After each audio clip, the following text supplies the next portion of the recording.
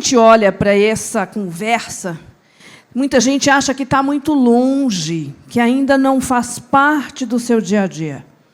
E aí, de repente, a gente começa a ser impactado com algumas soluções, seja de marketing, seja de conversa.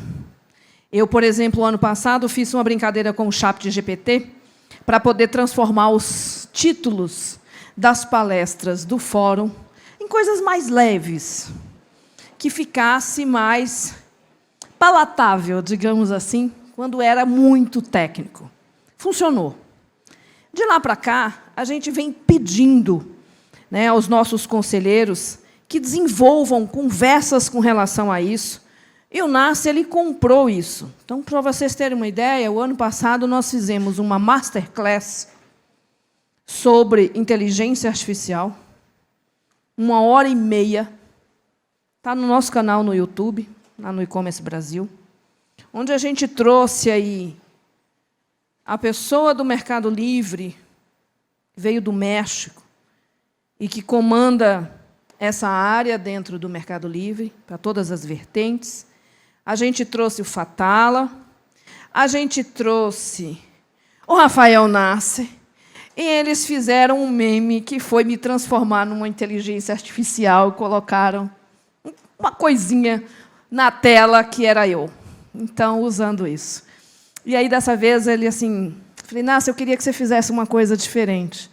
Eu queria que você trouxesse o conteúdo voltado, sem firulas, mas do que está acontecendo de fato.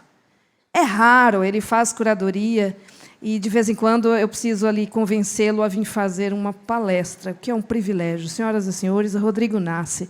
Palmas para ele, pessoal. Olha, eu nem leio sua bio, né? Nem leio. Não se preocupe. Está contigo, né? Nem dá, né?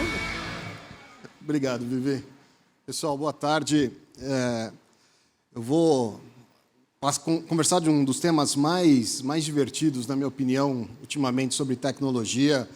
Prometo não entrar muito no técnico, para vocês não dormirem, mas muito do que está aqui na apresentação é uma pincelada do que a gente vai discutir muito no fórum, tá?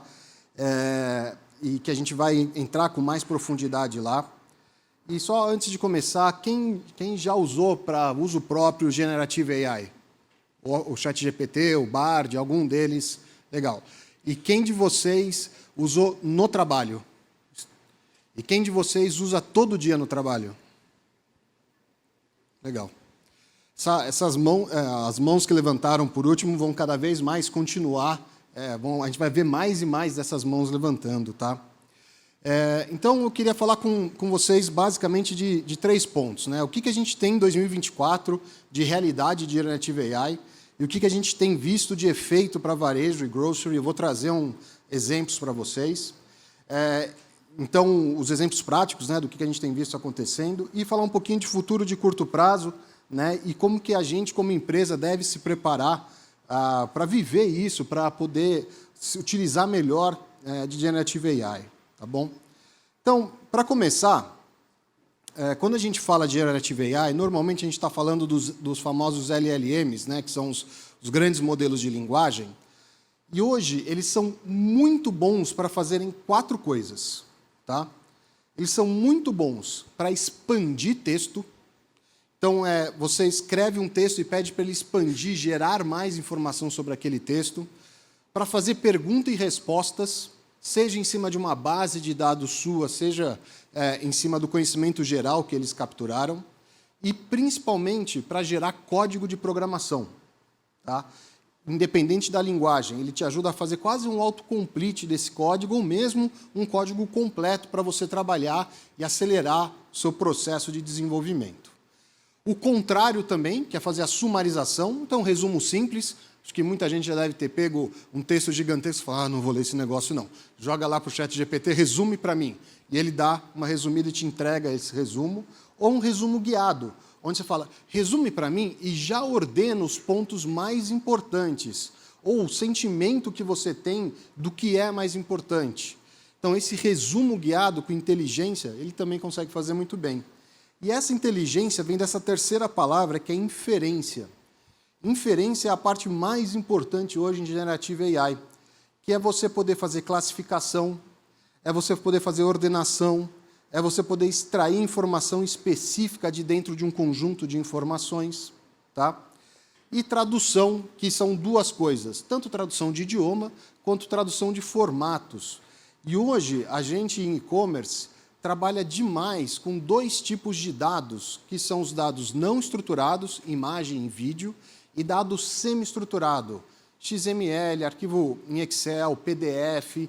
Esses dados, esses tipos de arquivos, Generative AI adora pegar isso e organizar e formatar para a gente. Então, receber foto de fornecedor, receber descrição de produto incompleta em arquivo XML, gerar arquivo XML que a gente precisa enviar para Google, para Facebook, isso tudo, Generative AI faz muito bem feito isso. E a gente consegue automatizar isso muito bem feito. Tá? E dessas quatro grandes coisas que eu queria comentar sobre inferência, olha que interessante que a gente já enxerga hoje no mercado. Além da extração de informação e classificação, busca, recomendação, similaridade e detecção de anomalia. Eu trouxe aqui alguns exemplos de coisa que a gente já vê hoje utilizando. E para quem é mais técnico e tiver interesse, você pode se cadastrar na OpenAI, por exemplo, que é uma das mais conhecidas.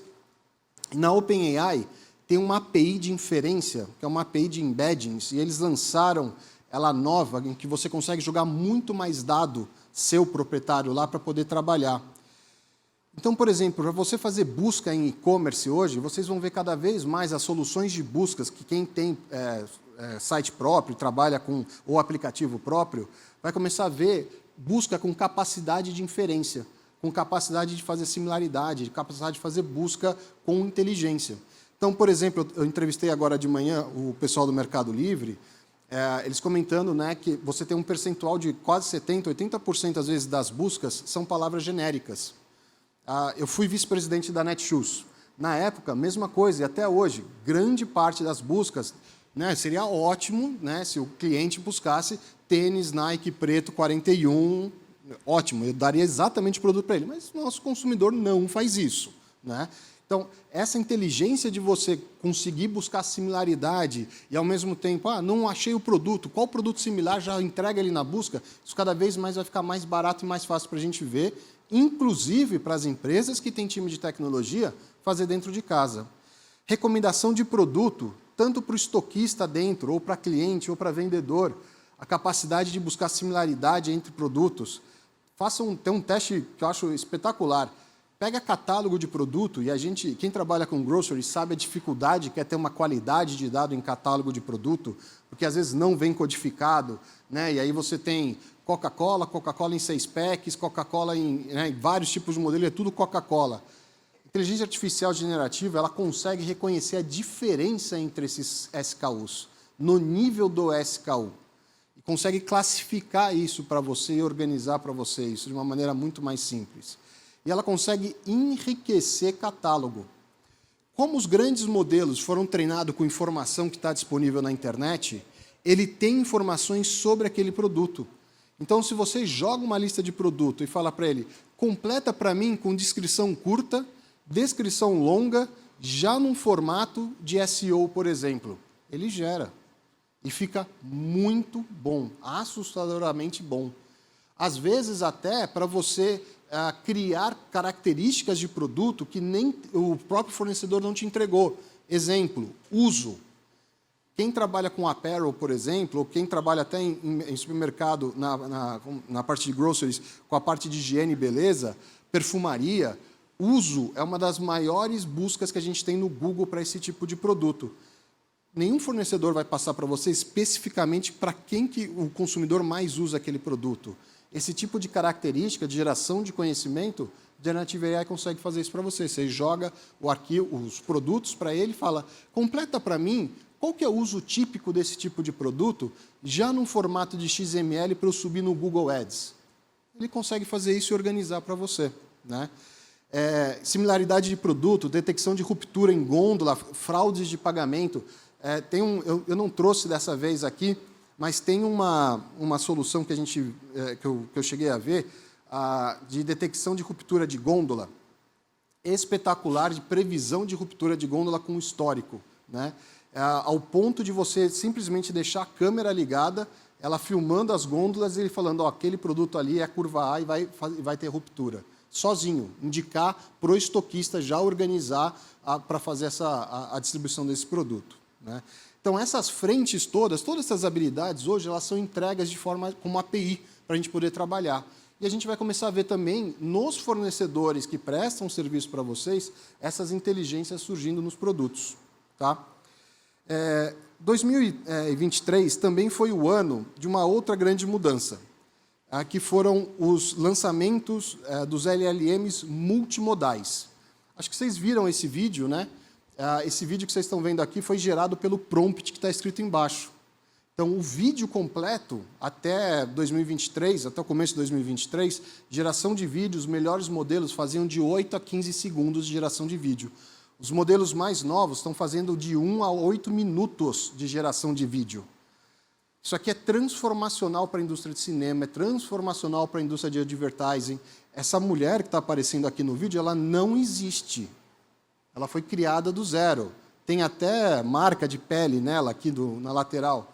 Então, essa capacidade de você ter um modelo grande, generalista, que trabalha multimodalidades, quer dizer o quê?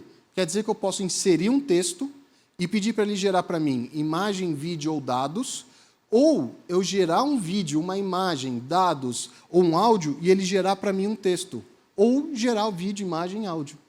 Então, olha que loucura, eu consigo jogar um catálogo de produtos que, às vezes, eu só tenho as imagens do produto e pedir para ele me gerar o texto da descrição desses produtos.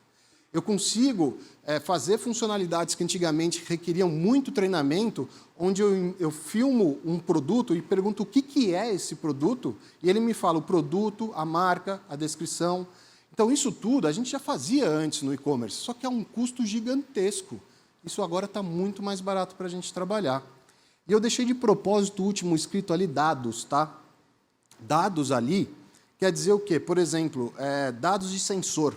Que a gente, em supermercado agora, muita em tecnologia, a gente está vendo a IoT, a informação sobre máquina, quando a máquina vai falhar, ar-condicionado, refrigeração. Esse tipo de dado, a gente confundia ele como texto, ele não é.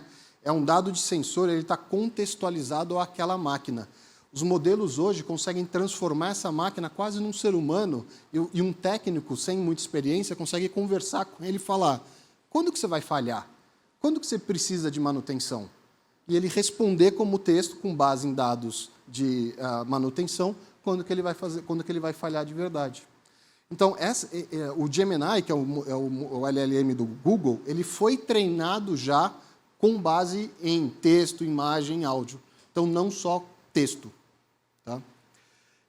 A Vivi falou aqui, e o Murilo estava comentando aqui do iFood também, que eu achei super conveniente, 2023 também foi a era dos copilotos. A gente ainda não é realidade agentes autônomos.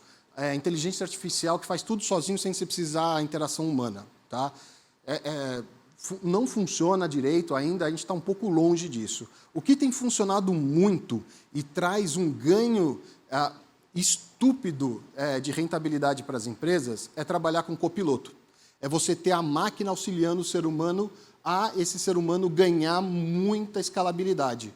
Então, a gente consegue realizar uma coisa que até então era impossível. Hiperpersonalização com alta escala. Eu consegui atender cada um dos clientes de forma personalizada e com escala.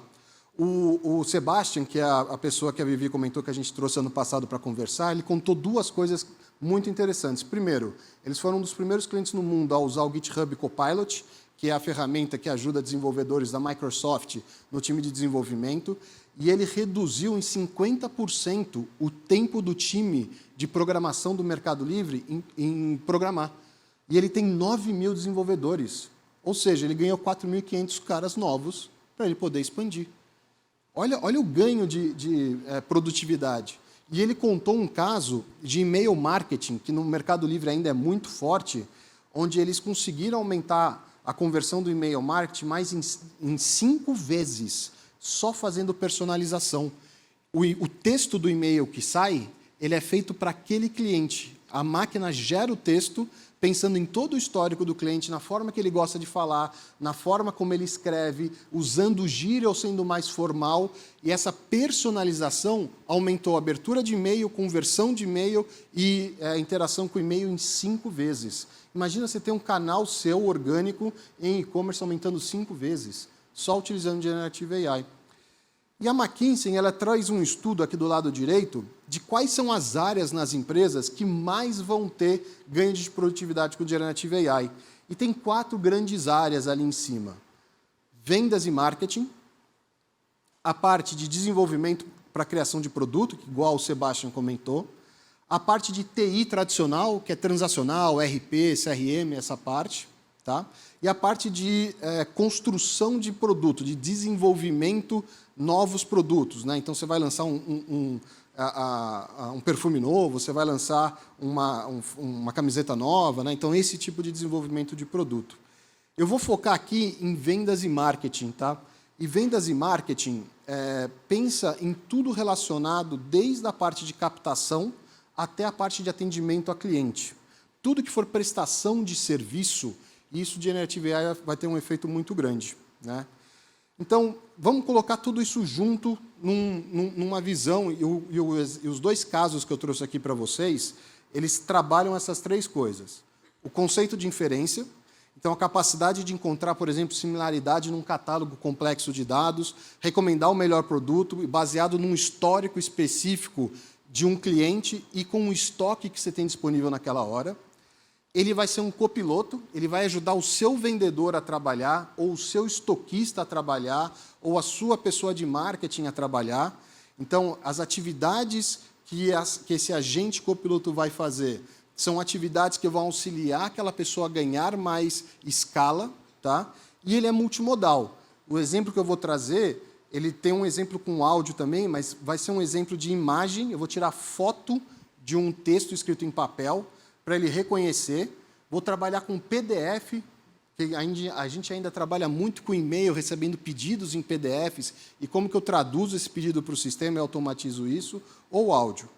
Então, esse aqui é um exemplo real, tá, de um pessoal, que é o Zeca Foods, que a gente já trouxe eles para falarem aqui ano passado. E aqui a gente vai descobrir o seguinte: tudo que a gente aprendeu de usabilidade, marketing, continuam funcionando nessa área de Generative AI. Mesmo com o copiloto rodando e funcionando, quando você aplica técnicas de UX, você saiu de 25% de engajamento do usuário para 90% de engajamento do usuário. É esse aqui. Esse aqui é um copiloto no WhatsApp, onde que eu estou conversando com o copiloto e eu sou um vendedor indo visitar um cliente. Eu coloco o código do cliente para pedir uma cotação. Olha como veio os produtos que eu quero marcar. Tiro uma foto, mando para o WhatsApp essa foto, ele lê a foto e acha no catálogo de produto quais são os produtos. Só que eu quero trocar esses produtos. Ou porque ele errou, ou porque, na hora da negociação do cliente, eu quero fazer alteração. Todos os conhecimentos de UX entram aqui. E esse vendedor pode fazer essa alteração. O Murilo agora comentou um negócio extremamente importante. Essa alteração que esse vendedor está fazendo na hora é conhecimento. Esse conhecimento ia para o lixo antigamente. Se eu estou fazendo essa alteração e o AI pega essa informação, eu consigo alterar o sistema transacional agora. Voltar lá para o SAP, para o TOTS, seja lá a ferramenta que você tenha, e mudar esse conhecimento. Faço a cotação e ele me volta no WhatsApp a cotação organizada. Ou para apresentar para o cliente e mandar pelo próprio WhatsApp, ou para mostrar para ele na tela, ou poderia terminar onde? No meu sistema de pedido. A interface final tanto faz. Gerar um PDF, gerar um áudio desse material. Eu odeio receber áudio em WhatsApp, mas né, não sei se vocês já viram, para alguns felizardos, o WhatsApp soltou uma funcionalidade de traduzir áudio para texto. Eu não fui felizado com essa possibilidade, mas aqueles que foram, por favor, utilizem para o WhatsApp colocar para todo mundo. Então, cada uma daquelas etapas, a gente foi vendo aparecendo um copiloto. Olha um outro exemplo. Essa é a Repus, que é um trabalho da Hackett junto com a Nivea. Tá? Aqui, a gente vai receber uma cotação por e-mail em PDF, um pedido por e-mail em PDF.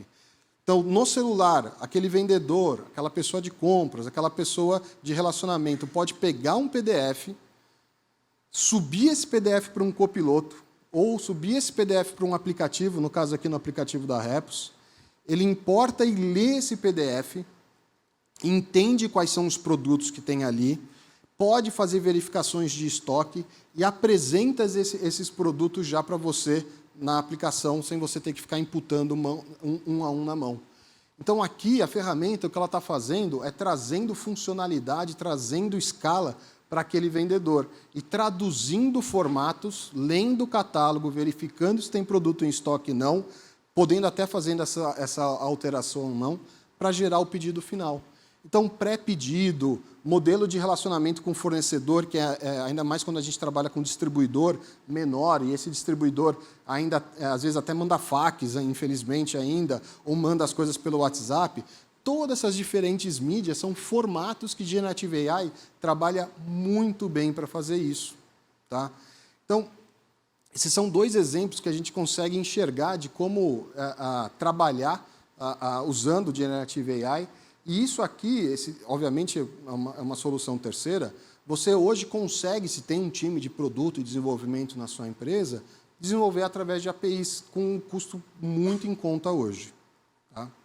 Então, resumindo até aqui, né, a área com maior retorno para aplicações hoje, marketing, vendas, desenvolvimento e TI interna. A gente trabalha com copiloto, apoiando o nosso time de pessoas por troca de mensagens. Isso é uma coisa extremamente importante.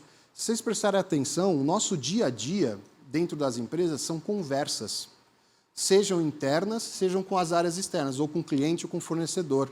Se vocês guardarem o histórico dessas conversas, seja no Teams, no Slack, no WhatsApp, seja lá qual for a ferramenta, tanto interna quanto externa, se a sua empresa tiver a habilidade de guardar isso, esse histórico inteiro pode virar estratégia para a empresa, porque Generative AI lê esse histórico de mensagem inteiro e transforma isso em resultado, conecta isso nos sistemas transacionais de vocês. Uma das coisas que a gente, no E-Commerce Brasil, tenta trazer é, qualquer um que for da área de tecnologia, por favor, faça abstração de dados da empresa de vocês, guarde estes dados de mensageria. O Fatala, vice-presidente da Magalu de tecnologia, em toda apresentação que a gente traz ele fala isso. Guardem os dados, algum dia vocês vão utilizar. Inferência vai ser o aspecto mais usado com efeito prático em varejo.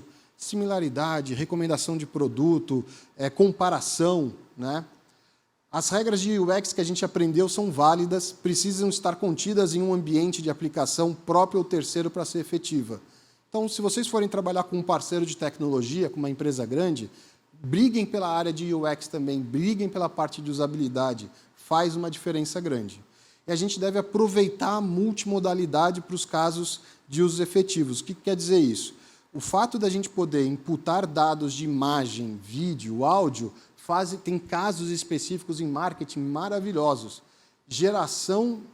Tem houses hoje dentro de empresas para fazer geração de ads, né, para você mandar uma coleção de ads para Google, para Facebook, para todos a parte de mídia paga, gerando automático hoje esses ads. Você manda um modelo próprio seu, olha, o meu 300 por 200 é assim, o meu 110 por 215 é assim, você vai dando os modelos para ele e fala, está aqui meu catálogo de produto, começa a gerar. Ele sozinho vai gerando para você. Aí você fala, eu quero colocar um depor, quero colocar um Pague 2, Leve 3, os modelos todos promocionais, você constrói, apresenta um modelo para o Generative AI e ele, respeitando as suas regras de cor e tudo mais, vai gerando os ativos para você de forma automática. É assustador fazer isso. E pior, ele gera já no modelo do Google, gera já no modelo do Facebook, porque ele consegue traduzir para o formato correto. Algumas coisas que a gente está vendo hoje e para frente, né? Quais são os próximos passos de Generative AI, o que a gente vê de futuro? Primeira coisa, 2026 vão acabar a quantidade de dados para esses modelos serem treinados. Pesquisadores do MIT fizeram uma conta, se você pegar todos os dados úteis, né, aquela sua apresentação ou dancinha no TikTok não é um dado útil na internet. Né? Então, dados úteis, organizados e estruturados na internet devem acabar em 2026. O que quer dizer isso? Quando o GPT-6 ou o GPT-5,5 rodar e fizer todo o estudo de internet, não vai ter mais dado novo para ele trabalhar. Ele vai ter, assim como o Google, escaneado a internet inteira. Ou seja, 100% desses dados úteis vão estar presentes dentro do GPT. Um dos desdobramentos disso, existe uma preocupação, obviamente, do Google, né, da gente, o que foi um modelo de mídia para Google em Search, começar a aparecer dentro dos GPTs. Né? O GPT se tornar também um canal de mídia. Mas isso é uma viagem na maionese mais para frente. O que isso traz de consequência de curto prazo? Primeiro, fonte de dado gratuito na internet não é mais um diferencial. Você ter um scrapper que pega dado do seu concorrente de preço, por exemplo, não é mais tanto um grande diferencial, porque isso, de uma hora ou outra, vai começar a estar disponível em todas essas ferramentas. E aquelas empresas que produzem dados começaram a entrar com um processo ou dificultar o acesso. O antigo Twitter, né, o X, agora ele cobra você de fazer scrapper dos tweets. Né? Para cada 50 milhões de tweets, ele cobra lá $42 mil. O Reddit, né, que é um fórum grande, cobra no API Call ali 0,20 e poucos centavos para cada 1.000 API Calls para você pegar dado. O New York Times está processando a OpenAI e o Microsoft por fazerem scrapper de dados. Não sei se vocês viram essa semana, a revista de bebês da Abril foi processada porque lançou 130 artigos que, na verdade, não existiam e eram de um jornalista que também não existia, era gerado por robô, e esses artigos, duas outras revistas identificaram que eram conteúdos deles que foram tido scrap pelo OpenAI. Então, vai ficar cada vez mais difícil de você pegar dado público, o que vai fazer com que o seu dado proprietário tenha um valor muito grande. O dado que vocês geram dentro da empresa, o conhecimento que a área de marketing, que a área comercial, o histórico de negociação com fornecedores, essas conversas todas vão ter um valor ainda maior do que elas têm hoje. Vocês guardarem isso vão gerar esse valor. Aqui tem alguns exemplos do lado esquerdo de empresas de fora, né? Sites com grandes visitas, com conteúdo público, e eu trouxe um exemplo brasileiro nosso. Reclame Aqui tem 30 milhões de acessos por mês. Eu tenho uma gestora, a gente faz scrapper de 100% do Reclame Aqui. Eu pego todos os dados de todas as reclamações de todos os produtos do Reclame Aqui. Tem muito ouro lá dentro. Você acompanhar isso ao longo do tempo, identificar, por exemplo, que o seu concorrente está tendo um aumento ou um pico de reclamação por um motivo de pagamento, por exemplo, é uma informação com diferencial competitivo. Só que cada vez mais vai ficar difícil de pegar essa informação. Tá? Então, como é que a gente consegue gerar esse conteúdo? Como é que a gente consegue guardar esse conteúdo proprietário para poder trabalhar com Generative AI? Tá? Tem duas palestras lá no site do YouTube, lá no canal do YouTube, desculpa, do E-Commerce Brasil, que vocês precisam assistir para entender estratégia de dados. Uma é do Sérgio, da Raia Drogasil, em que ele monta e dá para a gente o caminho para uma empresa grande se organizar em estrutura de dados, e uma empresa parecida com a parte de groceries, né, que é a Raia, e os desafios todos que eles têm. Eles fizeram um trabalho espetacular de organização de dados, que foi a base para a estratégia da Raia Drogasil em Ads, que eles têm agora o RD Ads, para a estratégia de marketplace deles e para a estratégia de atendimento deles em loja física. Toda essa estrutura de dados, né, em uma empresa gigantesca como eles, levaram mais de 3 anos para fazer isso. Ele conta esse histórico, as ferramentas que usaram, a tecnologia que usaram. E tem uma outra apresentação do Marcelo, da Hering. Eu fui do conselho de administração da Hering, e a gente montou junto esse projeto, em que como que a Hering organizou mais de 2 bilhões de dados que circulam a cada 24 horas, e aqui somando já o Grupo Soma como um todo, né, de produto, de cliente, de pedido, como que você tira isso dos sistemas transacionais. Por favor, não é porque você tem um bom CRM, um bom RP, um bom software de estoque, que você tem bons dados desses sistemas. Se você não for capaz de tirar estes dados, né, igual a apresentação que a gente viu da Nespresso, falando de uma CDP, né, um Customer Data Platform, Se você não é capaz de tirar esses dados e brincar com eles, com segurança e governança de um lado para o outro, vocês não vão participar dessa mudança de Generative AI. Tanto a ERG quanto a Raia Drogasil apresentam isso, eles mostram como fazer.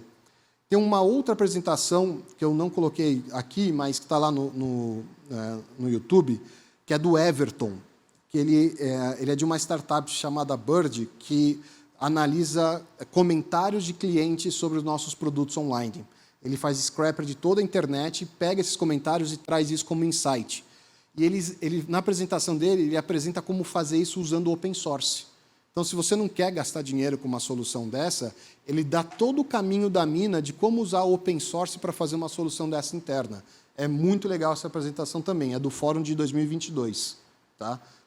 Tá lá no YouTube também, sugiro muito que vocês assistam. Tá? Outra coisa que deve acontecer, e aqui só vou entrar um pouquinho no lado nerd de tecnologia, como o uso de dado proprietário deve crescer cada vez mais, os modelos muito grandes têm um limite, que é o volume de dado que você consegue jogar para ele, seu, proprietário. Tem várias técnicas de como reduzir isso, enfim, isso tem como resolver. A Microsoft os pesquisadores da Microsoft anunciaram que os modelos novos vão ter 1 bilhão de tokens. 1 bilhão de tokens é mais ou menos uma enciclopédia inteira de dados, né? Você vai poder jogar uma enciclopédia inteira de dados para trabalhar. Mas, provavelmente, as empresas maiores ou as empresas que trabalham com dado sensível vão ter os próprios modelos dentro de casa. O que começou a acontecer? Modelos menores, o de cima é o Llama 2, que é feita pela Meta, é um open source, e o de baixo é a Mistral. 2 são open source, você pode baixar e trabalhar com eles. Modelos de 7 bilhões de parâmetros, o GPT-4 tem 1 trilhão de parâmetros, para vocês terem uma ideia de tamanho. Tá? Modelos de 7 bilhões de parâmetros usados para caso específico. Vou fazer um FAQ, um Frequent Asked Question. Vou fazer um bot de atendimento para produto. Coisas bem específicas. Treinado com os seus dados, compete quase de igual a igual com o GPT-4. O resultado dele, a qualidade dele. E para treinar um bicho desse, para você treinar um modelo inteiro desse, custa mais ou menos $85 mil. Tá? Aí você fala, nossa, $85 mil. Comparado a $500 milhões para treinar um GPT-4, acho que vale a pena. Né? Então, ele é factível de você utilizar, empresas maiores. Então, empresa que trabalha com dado mais sensível deve caminhar para esse lado, ter os seus próprios modelos dentro de casa com 100% dos seus dados treinados. Tá? E, para ir fechando, se vocês entrarem procurarem AI 360 no YouTube, a minha gestora, a gente fez uma série só sobre AI. Tem o Fatala conversando, tem o Everton da Bird conversando. Esse que está na tela aí é o César Gon, que é o fundador da CIT, uma das principais empresas de tecnologia no Brasil. E a gente fala bastante sobre isso. Quem é nerd e gosta de estudar um pouquinho, eu recomendo sempre esses 3 livros para falar de transformação digital e AI. Esse Rewired é um livro da McKinsey que conta todos os erros que as empresas fizeram no processo de convencimento de transformação digital dentro das empresas. É um livro super legal de entender e convencer seu chefe, convencer o conselho da empresa, convencer o presidente da empresa a como trabalhar dados, como trabalhar produto, engenharia de software dentro. O AI Superpowers é um livro de 2017 que esse conta que assim, o Exterminador do Futuro não vai vir acabar com a gente tudo, e qual que é... pelo menos eu acho, mas quando eu faço prompt eu sempre falo por favor, não sei se vocês não fazem, mas eu sugiro que façam. Ele conta aqui que profissões vão estar mais ameaçadas e não ameaçadas. E o Power in Prediction é bem nerd, ele explica o que é Generative AI e como que essas ferramentas de predição vão afetar os negócios. Tá? É isso. Quem quiser baixar a apresentação, só apontar ali no QR Code, tem um PDF, juro que não tem... pegadinha, não tem vírus, nada disso, baixa o PDF. Tá bom? Obrigado, gente.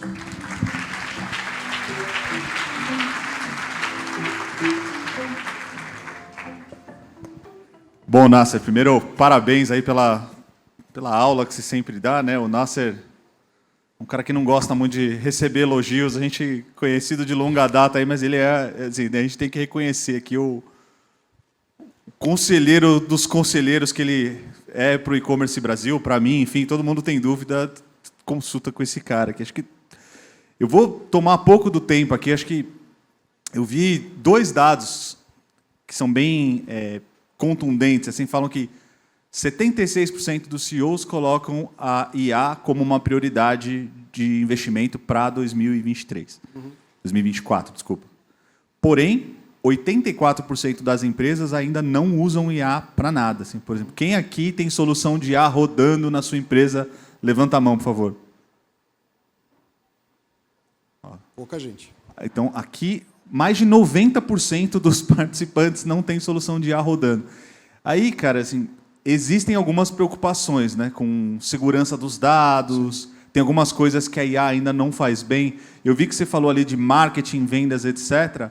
Por onde começar? Assim, tô num e-commerce, estou numa indústria, qual seria a primeira frente que você recomendaria às empresas a atacar? Eu acho que assim, se você tiver time de vendas com field sales, né, então gente indo a campo, ou inside sales, que é time dentro de casa fazendo venda, eu começaria por aí, ou com atendimento a cliente, customer support, né? Os bots de atendimento, eles de verdade fazem economias em posições de atendimento estúpidas. Assim, a gente tem visto 100, 200 posições de atendimento sendo substituídas para fazer desde coisa mais complexa, desde coisa mais simples, como tirar dúvida no FAQ, quanto coisa mais complexa, como revisitar pedido, cancelar pedido, por causa dessas inferências que eu falei e as integrações com sistemas transacionais. Acho que eu começaria por um desses 2 aí. Venda ou atendimento? Ou atendimento, um desses 2. E eu vi um outro dado que diz que muita gente não aderiu ainda à IA por desconhecimento, medo do novo, medo do desconhecido. Parece ser uma tecnologia muito promissora, a gente que é do meio sabe que é sim ou sim, tem que fazer, mas quais são os cuidados, as preocupações, onde está a pegadinha? Assim, tem algum ponto que eu, como gestor de empresa, devo me preocupar na hora de ter contato com IA, na hora de desenvolver alguma coisa para a minha empresa? Tem.